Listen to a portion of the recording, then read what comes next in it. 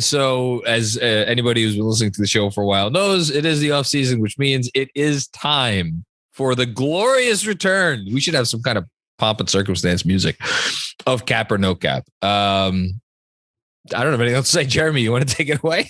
Sure. Well, first of all, if you are new to Cap or No Cap, hi, I'm Jeremy. Basically, what we do is something called Cap or No Cap. It talks about the salary cap and the New York Knicks and how things can play together.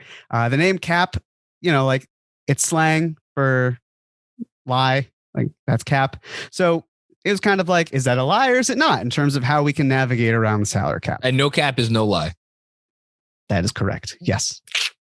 Very good. So basically, we're going to take it fairly easy on this first one, right? It's like a college class. This is the first one. It's just the opening thing, but yeah, exactly. But we'll go a little bit into the subject material as well. But the bottom line is we're going to walk you through kind of like the macro stuff, and then we'll get into some of the nitty gritty, which I'm really excited about. So as I proceed, and here we are. And for anybody listening on the podcast, if you, again, are new to this, this is one of those things where if you have the ability to watch on the YouTube channel, shout out Knicks Film School on YouTube. Feel free to subscribe. You'll see what we're seeing, which is like various spreadsheets and whatnot. But if you don't have the ability to do that and you're just listening on wherever you get your podcasts, don't worry. We'll talk you through what we're looking at. Exactly. We'll be as clear as we can in terms of everything. So this podcast is on asset consolidation. It's to try to fix the logjam that the Knicks have. We talked a little bit about this. Well, actually, we talked a lot about this before the trade deadline, and not a whole lot happened, but the Knicks did get Cam Reddish and traded out Kevin Knox and a first-round pick. So there's a little bit of an upgrade here, an update rather, and basically asking, do the Knicks have too many assets? And the answer is still yes. Do you have any input, John? Any thoughts that you have? My input is that yes, they have to. I don't know if I want to quibble about the term asset, because you can say that perhaps some of what the Knicks have would not be considered an asset, but I know we're going to get into that. So they're all assets. It's just a matter of depreciating value, positive value. So is it a Pinto or is it a Lamborghini? Yes, it's true. Yeah. All right. So first one. This is some key information we've got going on for the 2022 free agency for the Knicks. So Mitchell Robinson and Ryan Arcidiacono are entering unrestricted free agency. Taj Gibson has a contract next year that is non-guaranteed, fully non-guaranteed. The Knicks project, well, actually, I should have double checked this. This was before because I expected them to get the 12th pick, but they actually have the 11th pick and the 41st pick in the draft. So if you're watching this, you're looking at it, it's the 11th and the 41st, not the 12th and 42nd. They pretty much have $43 million in potentially expiring salary and around $87 million in guaranteed veteran money. And the other thing we're going to say is they're not going to be buyouts. The Knicks are not going to be buying out any players. The players are not going to be taking buyouts. It doesn't make any sense for the Knicks to have dead money on their books in this fashion. They can use something, make do with something. But anything that's a buyout to me would be foolish, especially after we are finally done with the Joakim Noah dead money that has been on the books for now 3 seasons. And just for anybody who maybe a little confused about the potentially expiring salary, that is potentially expiring salary that will potentially expire after next season. So after the 22-23 season. And the reason that there is so much potentially expiring salaries, if you recall back to last summer, the Knicks signed a bunch of contracts that have option years. Team options, right? Mm-hmm. And so those are nice because you can send those off to a team, and if the team wants to have the player for 1 year and have it be an expiring salary, great. If not, it can last more than that. So good things. Exactly. So next, we've got some burning questions.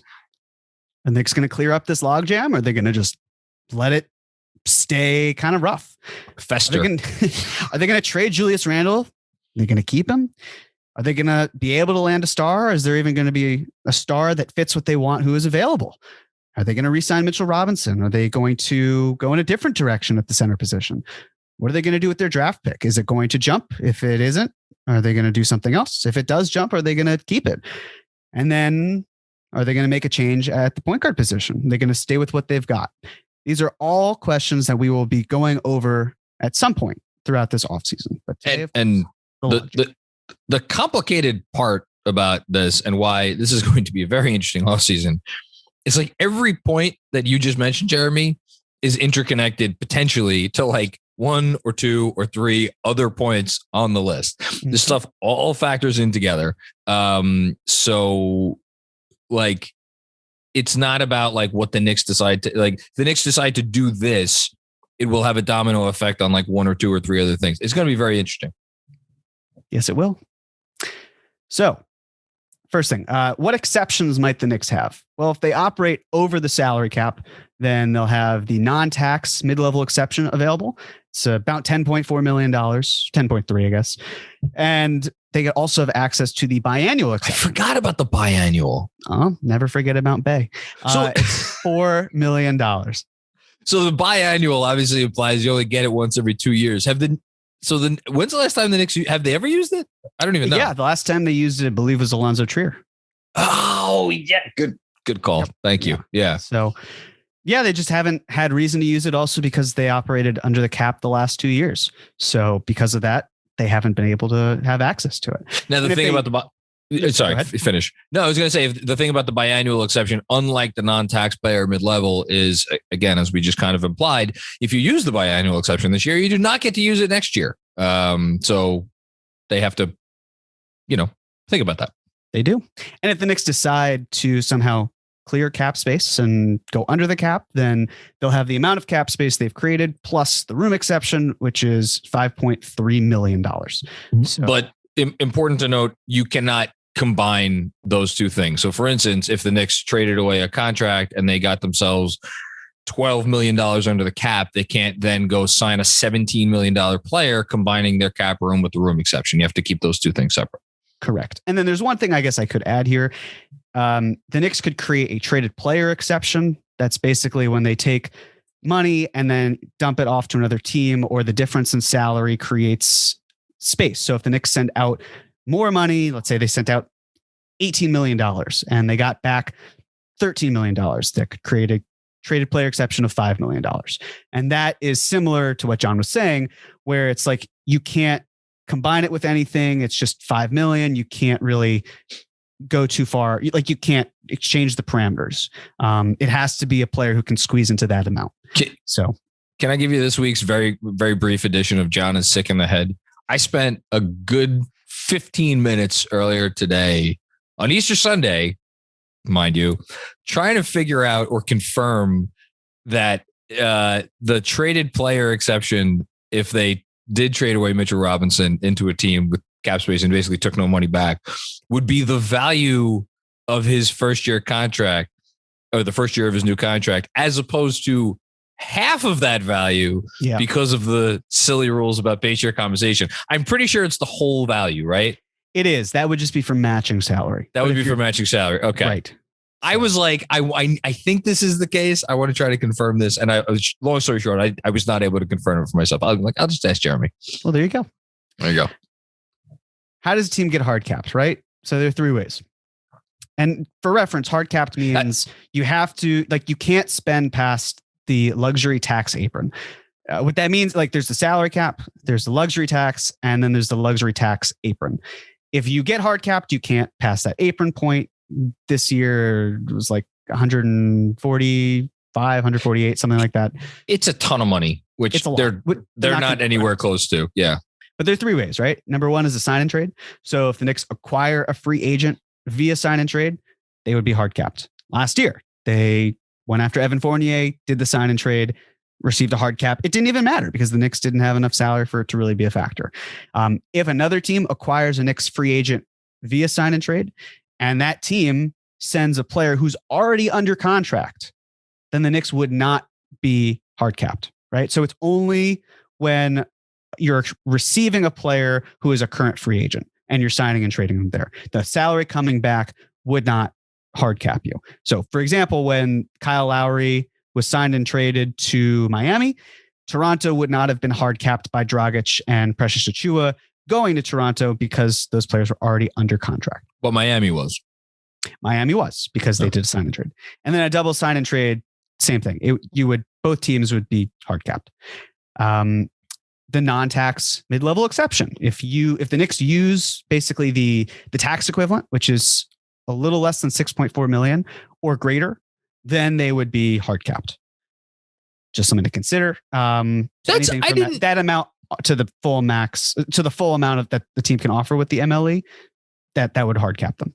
That's interesting. I wonder. So that, again, we have a whole summer to worry about these things, but I haven't stopped to think about how many teams potentially won't use more than 6.4 or 6.3 of their MLE because they have that concern. I have to imagine there are probably at least a couple of teams out there that is a concern for.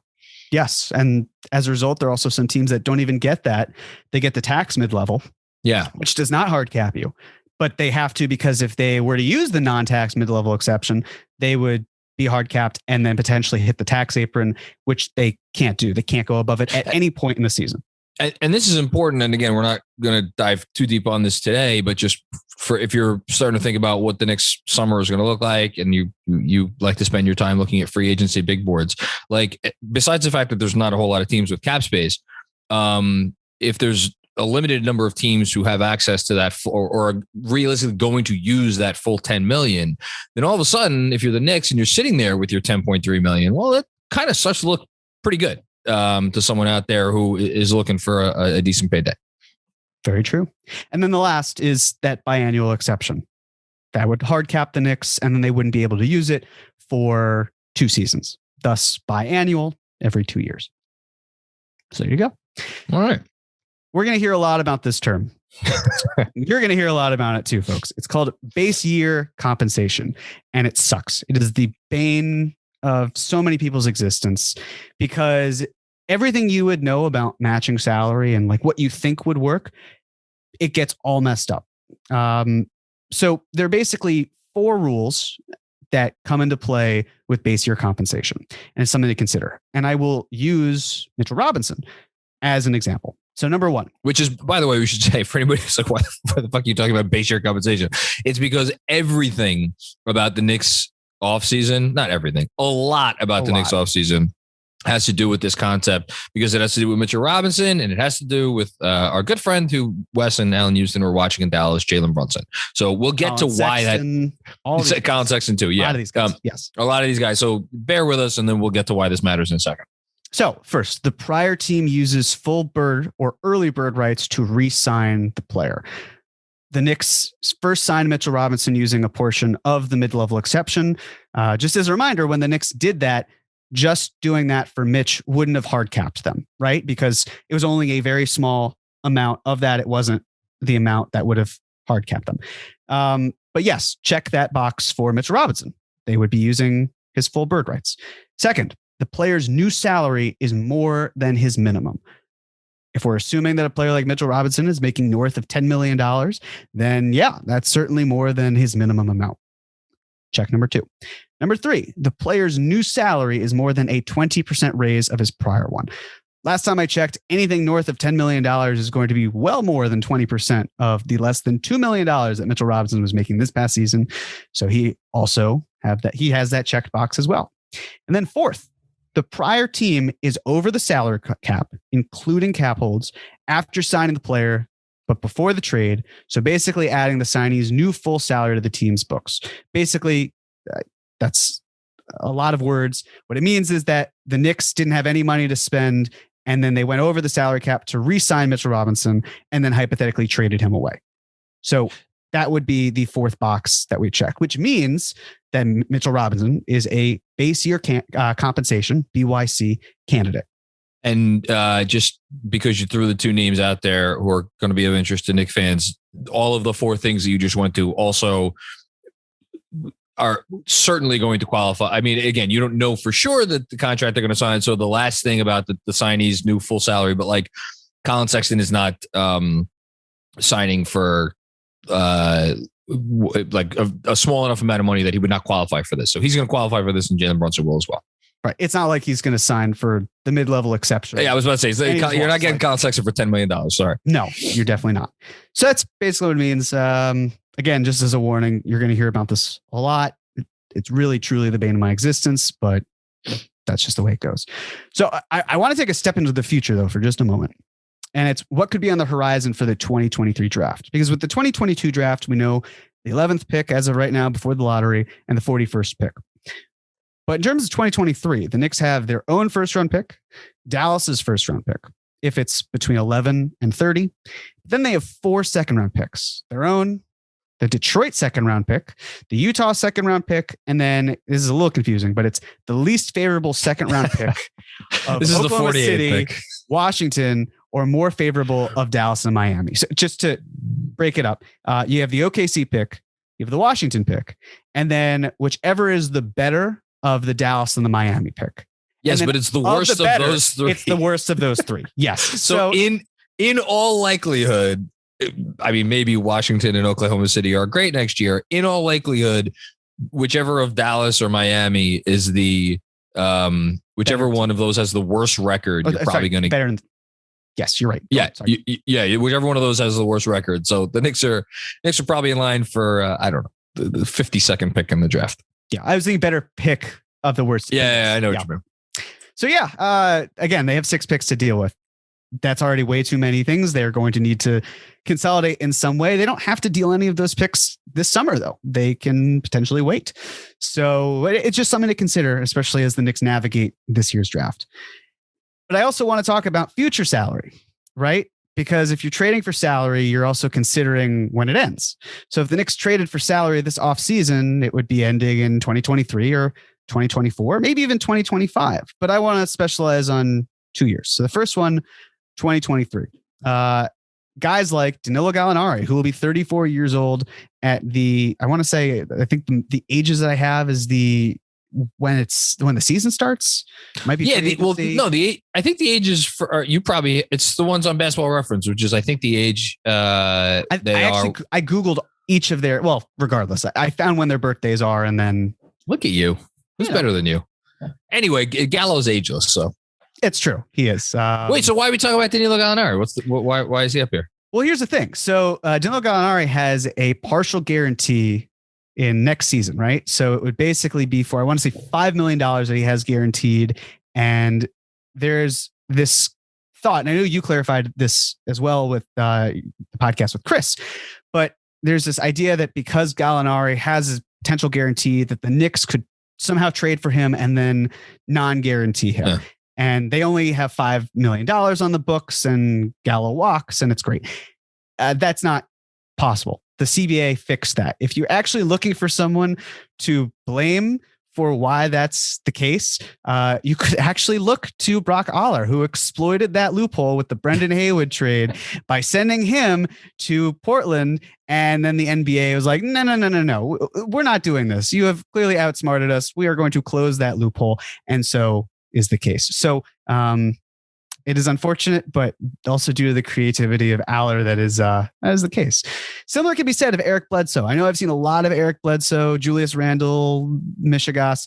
It's basically like you can't have him for his $3.9 million in guaranteed money and then waive him and stretch the money if you really wanted to for $1.3 million a year for 3 years. You can't just take a lump sum of 3.9. It is the full enchilada that you are getting with Bledsoe, and it would be a whole. Wait, hold on now.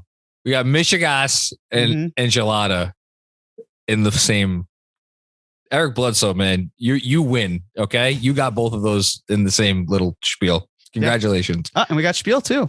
Hey, I'm kvelling, John. A lot of Yiddish going on here. And maybe if the Knicks get Bledsoe next year, I'll be fetching. So then we have Harrison Barnes as an example, right? Harrison Barnes actually, upon being acquired, would, like a lot of these players, be extension eligible. So the Knicks could acquire Harrison Barnes even at the ripe old age of 30 years old. I say that semi-facetiously, and basically extend him for a year, 2 years, 3 years. Jeremy Grant, similar position, and Miles Turner.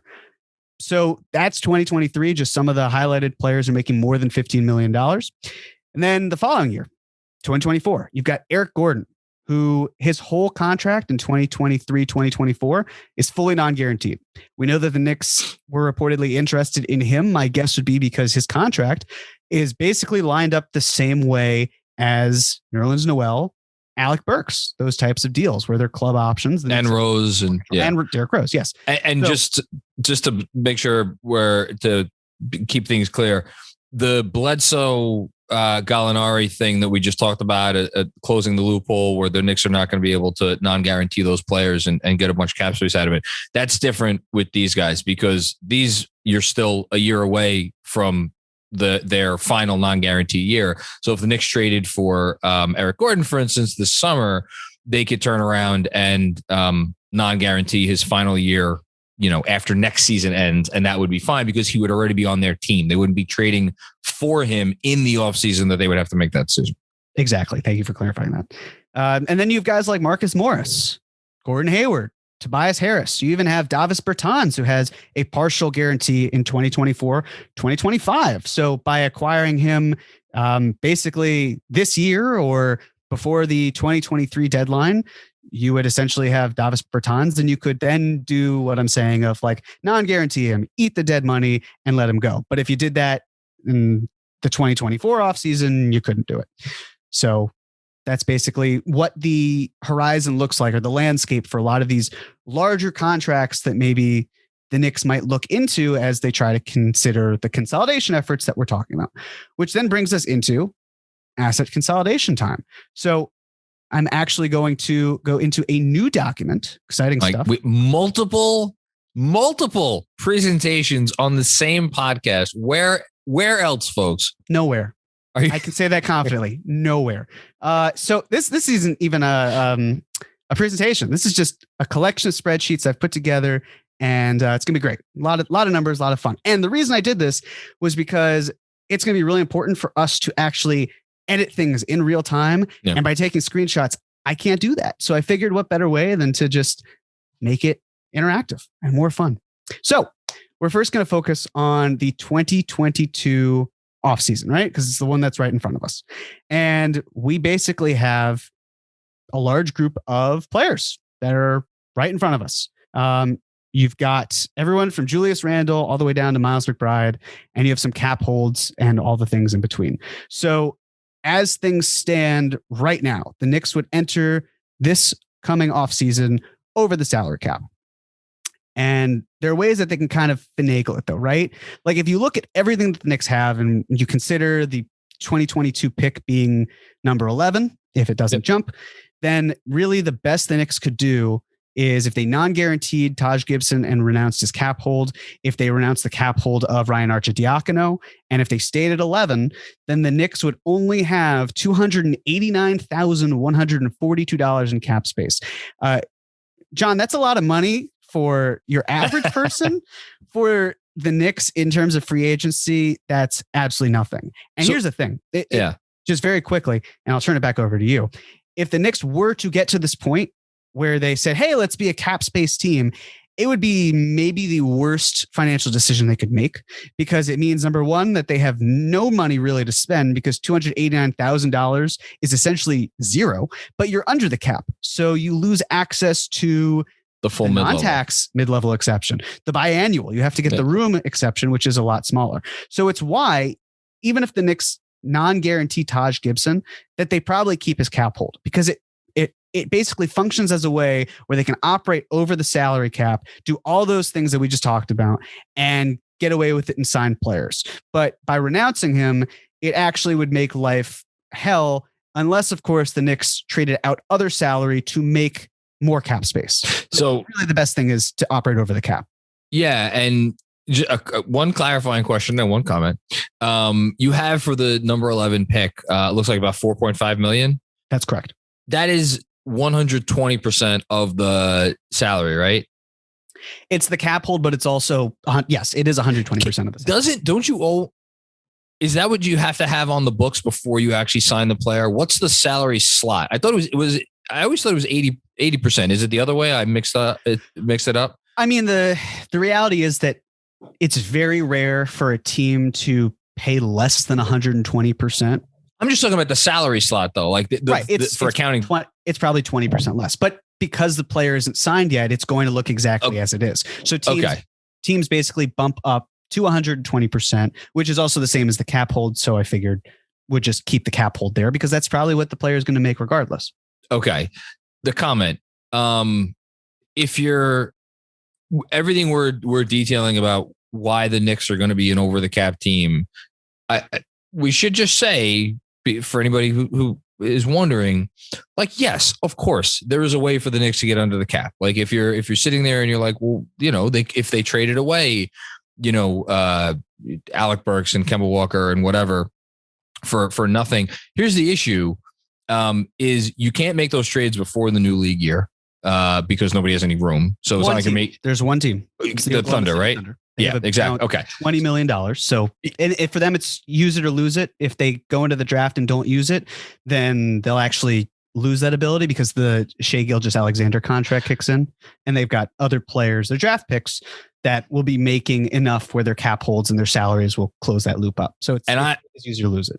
And I'm sure that Sam Presti wouldn't demand anything at all for to take on the carcass of Nerlens Noel. And again, the amusement alone of sending Kemba Walker back to the Thunder might make it worth the first round pick that we would have to give them to dump those salaries.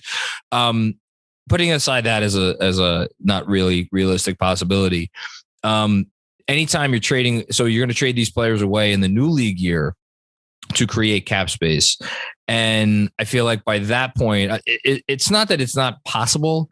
It's just, it's not really how things are done. Like you're going to get a sign and trade, it said, if indeed the Knicks want to go out and get someone that they would otherwise have used cap space to get, which I know we're going to be getting to, but because I know people are wondering this, well, like, couldn't they trade away the salaries to open up room? Like, yes, you can, but it's not that simple.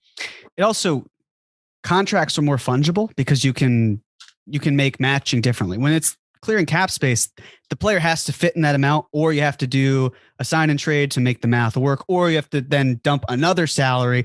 It's just easier to be above the salary cap and do it. Of course, then when you run into players where it's like, hey, we want to sign an unrestricted free agent or a restricted free agent.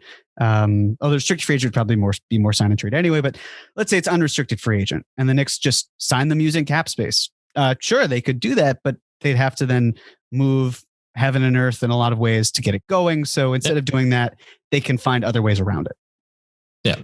And it also, we'll leave it at that. Okay, perfect.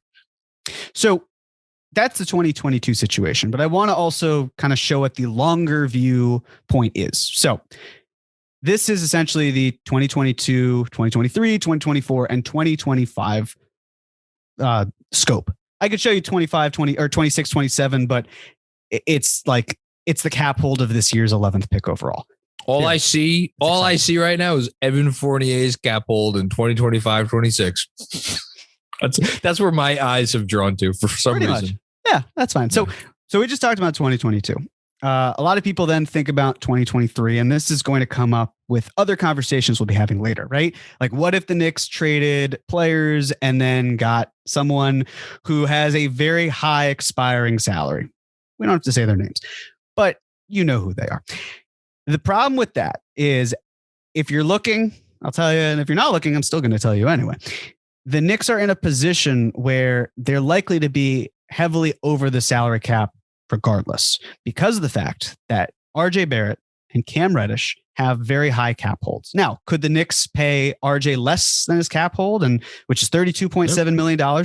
Sure. Could they pay Cam Reddish less than the $17.8 million that is his cap hold? Yes. But you really don't get a ton by doing that, right?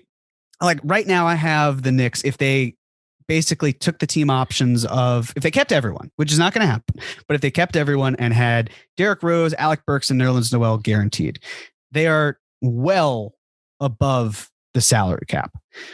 But let's have some fun, right? Let's say I deleted Alec Burks' salary and Nerlens Noel's salary. We're only 7.7 above the salary cap, right? Let's say we even found a way to get Julius Randle off the books for expiring salary. Boom. Now it's actually, it should be green, but it's $20.4 million in spending money. And of course, you could then give RJ less, as I said, than the cap hold. Same with Cam. And maybe you're working with closer to, I don't know, $28 million. And you're probably thinking, well, that's great because now the Knicks have money where they can do all these exciting things. And then I come in and I tell you, well, who really would there be to sign? Like Jokic isn't going to come here. Let's be real. So how many other great unrestricted free agents are there? I don't think Bradley Beal is going to be an option, so we can cross him off the board. You're probably thinking, hey, there's a player in New Orleans, his name's Zion Williamson. He could potentially come here. Well, here's the thing. They really don't trade, or they don't really sign and trade star players into another team's cap space. Usually there has to be more going out than just that. It helps, don't get me wrong, but it's a sort of thing where, again, the Knicks don't have to be under the salary cap in order to make a trade like that happen. If anything, it actually makes more sense for them to collect more salary. And then if they don't get hard cap, they can spend as much as they want. So it's why ideally finding partners for any teams or any players they want to trade where they're getting back salary that makes sense for the longer scope of things. Now, mind you, the Knicks could trade for a star this offseason, and none of what I'm saying really matters because the Knicks would be over the cap anyway, and they will have found a star and they're working towards it. As I'll get into later, I'm a little bit dubious that it happens, but sure, if they did that, it'd be different. But if we're focusing on 2023 being the year, you don't want to go into cap space. You want to trade these players for something that helps you down the line, and reducing salary really doesn't do that. If we're two things, one, if we're talking about what the Knicks want to happen / hope will happen / are counting on happening, because if it doesn't happen, they may not have jobs by the time they get to actually spend that 2023 money. It is exactly what you just said, which is trading for a star player, which is why having the salary on the books makes sense. Two, if you think out there listening for a second that the New Orleans Pelicans are going to watch as the Knicks or any other team sign Zion Williamson to a offer sheet, and that the New Orleans Pelicans are going to just let him walk away, that is not going to happen. Things will have transpired well before that would get Zion to wherever he was going to go. There are about 100 different ways the Zion thing could go from now until whatever he starts his next contract. That is not going to be one of the 100 things that happen. So it's just wipe those thoughts from your head. Yeah, and then two things. One, you can't sign a player like Zion to an offer sheet and then have the Pelicans match and then work out a sign and trade. It doesn't work that way. And two, actually, something I'm forgetting is with the whole amount of cap space I just included, didn't even consider what Mitchell Robinson's next salary is, because we'll get into that later. But you add that, let's say again, go for that, he's making more than $10 million. That's another $10 million that's taken away. Before you know it, you're operating with like cap space, an amount that doesn't really matter, and where you'd want to trade for that star anyway. So it's just all the more reason why it makes so much more sense for the Knicks to just stay above the cap with the plan for next year and go about their things. Of course, as some of you might be thinking, well, how does that affect trading Julius Randle? A lot. And we will get into that at another point. But that is the consideration. I mean, the long and the short of it is, like, for a lot of years, NBA fans operated, especially Knicks fans, because when Isaiah took on all those salaries, if you've been around for a while, you remember this. It was like the Knicks have no cap space for the foreseeable future. That is a different league. That league does not exist anymore. It's a different league than what exists right now. What exists right now is how flexible and fungible can you be? But that fungibility has actually very little to do with how much cap space you open up. It has to do with your tradable contracts, your desirable assets, as we talked about earlier, and how easily those things are to move, which is what all this is really about. And that was the one thing actually in Leon Rose's letter that I was like, yeah, but also no, was that they were flexible financially. It's like, yes, the Knicks are flexible financially. As I just mentioned, look at how much money they have that could be considered expiring salary. That's fine. It's a shame because those players, their value isn't at its peak for a lot. So it's tougher. But again, he wasn't lying. I mean, it is true.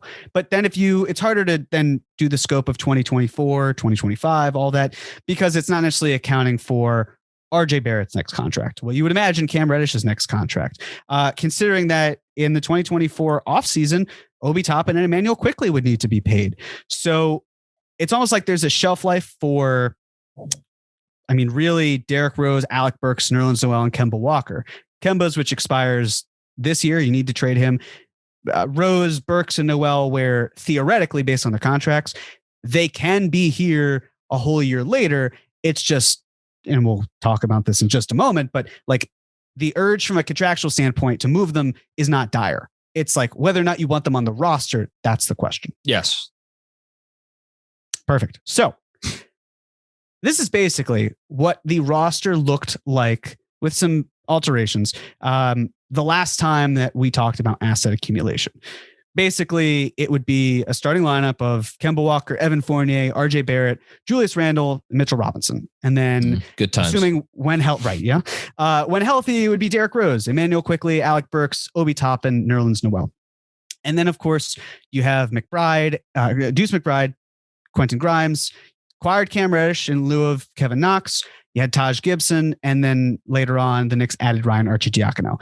If you're watching this and you see italics, the 3 italics are for the players who are likely to be free agents. But then you also have two-way players, right? You got Jericho Sims. You have Farron Hunt. There's a question mark next to Farron Hunt because I'm actually not sure if he was signed to a 1-year or 2-year two-way. So it wasn't reported. That's a good call. Not. So it's tough to see. But then you also have to factor in the draft picks that the Knicks have in 2022, the first round pick, which is 11th, as I've said, and their second round pick, which is 41st. So this is the interactive part because we can go through each name. We probably will, but it's basically like don't stay or don't stay in the name of cap or no cap. Yeah. Trying to figure out how we put these pieces together. And I'm really excited about this. And the reason I say that is because I know that a lot of fans want just the youth. And it's a lot more complicated than that because there are all these moving pieces and parts that go around to it. But I figured before we dive into it, I just want to turn it over to see if you have any thoughts with everything. This is to me putting Randall and Randall. That's why I said all this stuff is interrelated. Putting Randall aside for a second. This is the overarching question of this Knicks offseason because you have this clear direction that they want to go. And then you have all these players that do not fit with the direction at all. Kemba Walker, Nerlens Noel. And then you have players who like, you could argue that Derrick Rose or Alec Burks or Evan Fournier, who am I forgetting? Or Julius Randle. You could argue any one or two of them, even Randle, if you want to squint. And think happy thoughts about what could be next season. You could argue that those guys could be part of the thing moving forward, but not all four. Because if all four, and again, I'm not even like Walker and Noel, like they're in their own category. Like I know you just said like they don't need to move those guys as contracts, right? But there's a big difference between the two. Like here, like you have to move Kemba because like contractually and because he's not even in the rotation.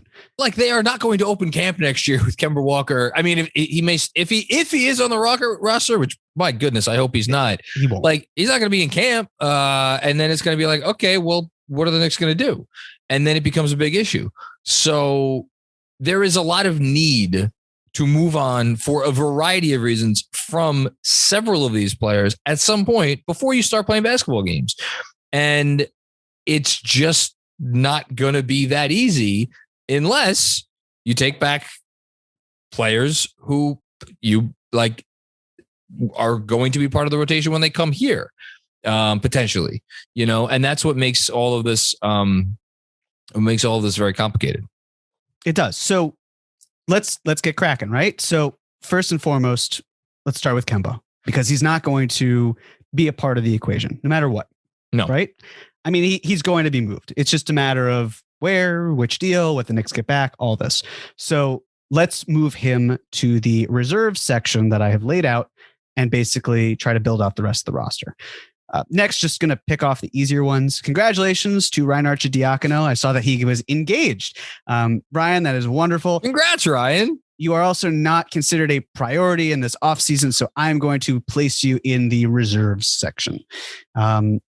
So, all right, we're already down to 13 guys. Cool. If only it was that easier to only move. if it were so. Yes. The We're going to actual ignore Kemba Walker. we ignore the 2A and the draft picks for just a moment. So here's the next thing. I would like, at least in theory, to say that all of the players that are currently on a rookie contract and Mitchell Robinson are returning next year. Can we? I'm not saying it will be that will be the case. I'm just saying that would be a nice, in theory, consolidation. That would be lovely. That would be wonderful. So for this example, I'm going to keep all of them. Great. Mitch signs whatever deal he does and whatever. Okay. So we have an open spot at the point guard position. Evan Fournier, RJ Barrett, Julius Randle, and Mitchell Robinson. That's where we're at. Let's start with Julius. And the reason I want to start with Julius is because it becomes so much more complex than I think people might really consider. So in terms of trading him. Well, obviously, we're both on the same wavelength of we would like to see Julius play for another team next year. I think that's very fair to say. If anyone has seen your work or considering my opinion as well in terms of how things are going, but much more so your opinion, it is that Julius Randle would be better suited going elsewhere. Here's where it gets tricky. So let's say the Knicks remove Julius Randle from the equation, as I'm doing right now. Bye, Julius. What are you trading Julius Randle for? Let's say it is another power forward. Well, that's blocking Obi. Okay. Let's say it's for a center. Well, we're re-signing Mitch. Okay. Let's say it's for a small forward. Well, that's where RJ plays. Sure. Right. Okay. How about with Fournier? Yeah, you could, but then you also have to consider moving Fournier. You have to move Burks, and there's a lot more that goes on because you have to shift everything over. So it actually doesn't really make sense because there's still just a lot at play. Okay. What about at the point guard position? No, you can't do that because Emmanuel quickly needs to start. And the idea of trading a player that's ahead of quickly, I don't want that. We're talking about like in our this is all everything you're saying, like you can't do this, you can't do this. This is again under the premise of we would like for all of the young players to stay and have meaningful roles. Correct. Right? Okay. And they will, but it's still like I've now just talked about. I've talked about 5 positions, right? And you're not going to trade Julius Randle for this terrible salary that's out of the rotation. You can, but here's the thing. I know that there are fans who feel like I'm so done with Julius, I'm willing to trade him for anything. The good news is that the front office doesn't feel that way. They're not going to be like, we just want Julius gone so badly that we'll just take crap. I just do not see it happening. It would also be an egregious decision on their part. Yes, Obi needs to get meaningful minutes. That's hard to do with Randle here. But even still, it's just a significant challenge. There's one, and we mentioned his name before. I just want to at least say it again. Eric Bledsoe is a guy who, if the Knicks traded for him, I'm actually not sure that he would just be like waived or he would be sent to the bench. I think there would be some thought. Yeah, he wouldn't be waived. Yeah, it's Brock Aller. Whether he would play an active role in the rotation or not is like, I don't know. We've seen better players than him be sent like to go take their ball and go home for a period of time. Andre Iguodala is one that comes to mind recently after he was traded to Memphis, right?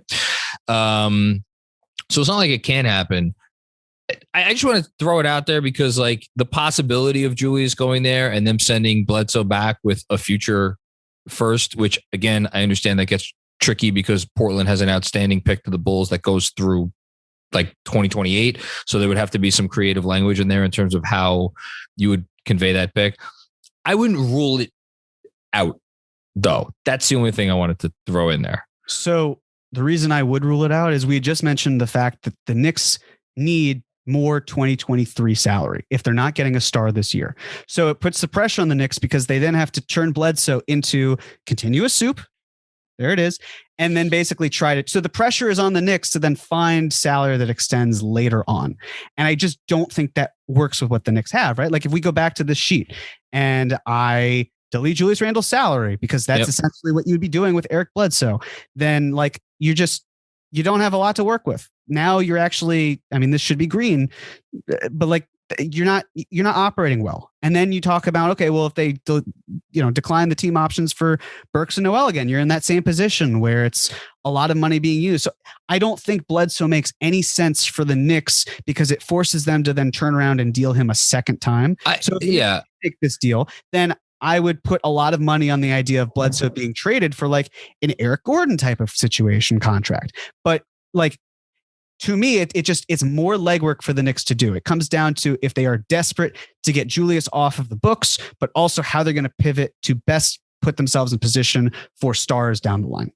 To be clear, I don't think it's likely because I think Portland's probably going to be barking up the Jeremy Grant tree, 1, and 2. I just have a tough time seeing the Blazers saying like, yeah, it's worth a potentially unprotected pick 5 years out when Dame Lillard is 35 years old. Like it's worth it for us to get Julius Randle right now. It's just something I know a lot of people are thinking it, so that's why I wanted to at least go down the road. And the thing with Jeremy Grant is that his salary just fits into their traded player exception that they have entering the draft, but his salary does not fit it going into the new year. So if anything happens, which it honestly seems likely, would be Jeremy Grant being traded on draft night, and then you'd have to do the Eric Bledsoe thing. But listen, maybe it could be a 3-team trade where it does involve Eric Bledsoe and Julius Randle. I'm getting ahead of myself in that sense. But then it's the other thought of, well, Julius, what if we traded him to a team that has cap space? Like the Spurs clearly need a 4. What if we traded him there? Okay, well, you're creating cap space. What do you expect the Knicks to do with cap space? It's to sign a player, right? Like, then you're going to be in the same position where, let's say it's a point guard. Okay, well, then you're blocking him. It's the same situation. So the Knicks need to trade Julius Randle for someone who has, ideally, whether it's this trade, like whether it's trading Julius right now or flipping the player that they would acquire, whatever it is, getting long-term money on the books and making sure that they don't block the younger players and making sure that it's a player who fits with what they're doing. It's a lot.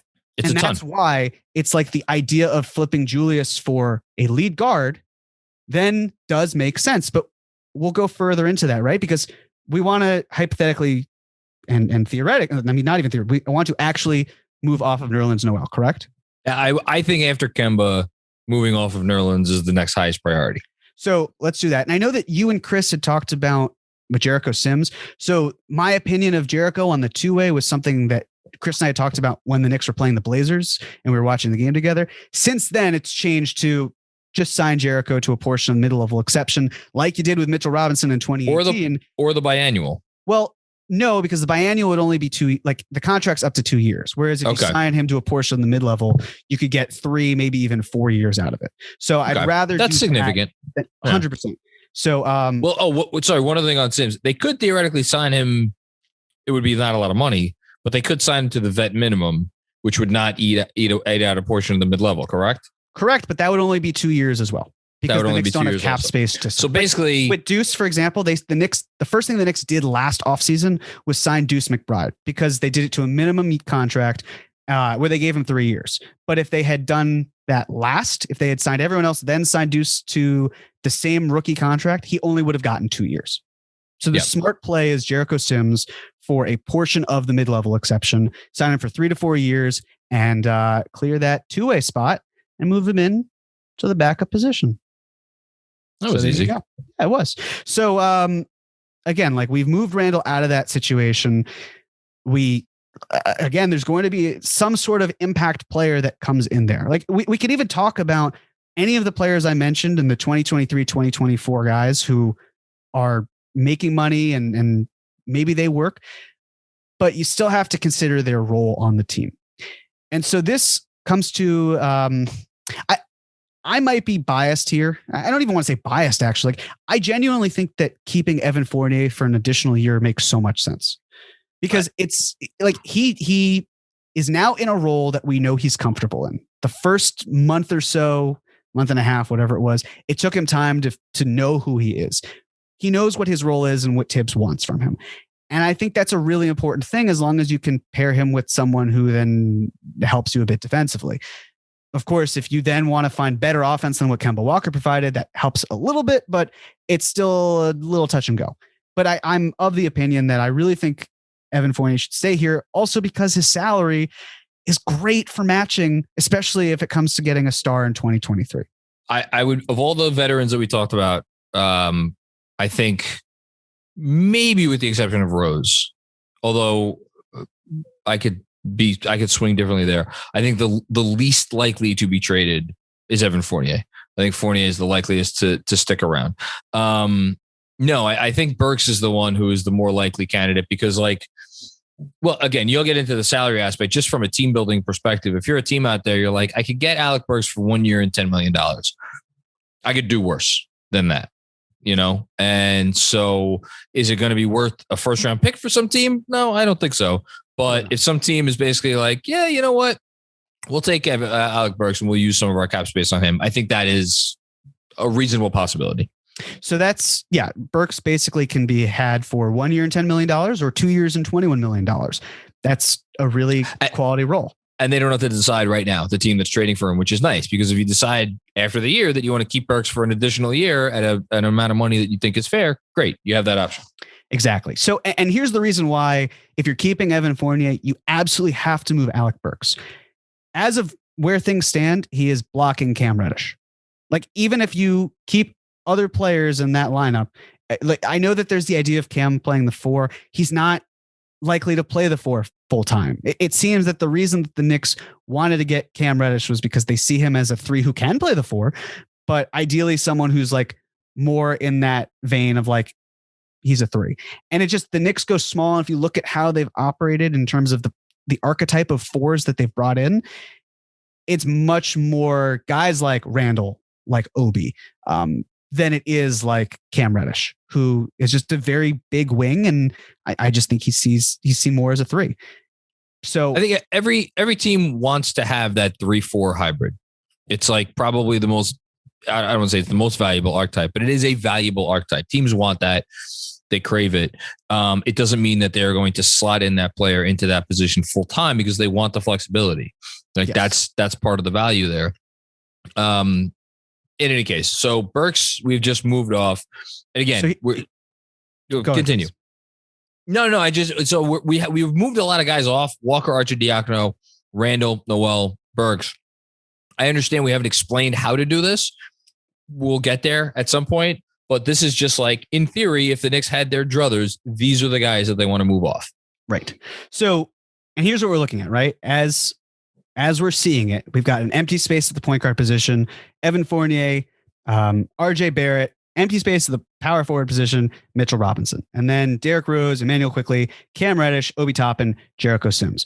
And then still outside of the rotation, start with Quentin Grimes, right? Like that's just not going to happen. It's not going to happen. Nope. And I'm not so much bearing the lead here, but it goes back to, again, the same point of if you're trading Julius Randle and you're getting salary back and it's a starting caliber player, which it should be, then he's either going to play at the 4 or he's going to play at the 1. And that's, of course, where you run into issues with Emmanuel Quickley and Derrick Rose. So let's say that the Knicks did like the very popular theory of Malcolm Brogdon, hypothetically, right? Because if we're talking about a Harrison Barnes type, it's going to block Obi Toppin, and we don't want that because we just have seen the case. So let's move Obi up, and let's not delete Obi. That is no, we don't want to do that. No, so we're moving Obi up, and then let's just type X for point guard, and assuming it's someone that the Knicks have brought in. Have traded Randall for. Got it. Right. So Quentin Grimes is out of the rotation entirely.